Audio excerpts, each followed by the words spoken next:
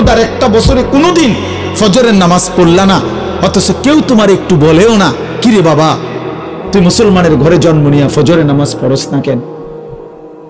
সারাদিন রাত তুমি মোবাইলের মধ্যে নারী নিয়া ছবি নিয়া পড়ে থাকো, কিন্তু আপন মা বাবা আত্মীয় স্বজন পাড়া পড়োশি কেউ তোমারে ফিরাইবার জন্য একটু ডাকেও না, বলেও না। এমন হয়ে গেল কেন তোমার জীবনটা? কেউ তোমারে বাঁচাইতে চায় না কেন? মনে রাখো বাপ, মূল কারণ একটাই, তোমার উপরে আল্লাহর লানত পড়ছে, খোদার লানত, খোদার গজব পড়ছে তোর উপরে।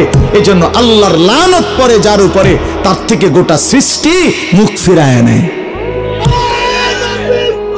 এটা মুখ ফিরায় নেয়, এটা জরুরি বিষয়, মুখ ফিরিয়ে নেয়। আমার মার বয়স এই মাত্র বললাম, আমার মা আমি বললাম কিছুই বুঝে না, কিন্তু সেই মা আমার এখনো মনে আছে। একটা আশ্চর্য বিষয় হলো ৭৫ বছরের কম হবে না আমার বয়স, মা আমার এখনো আমারে বলে, আমারে দেখলে বলে বা আমগরে বলে,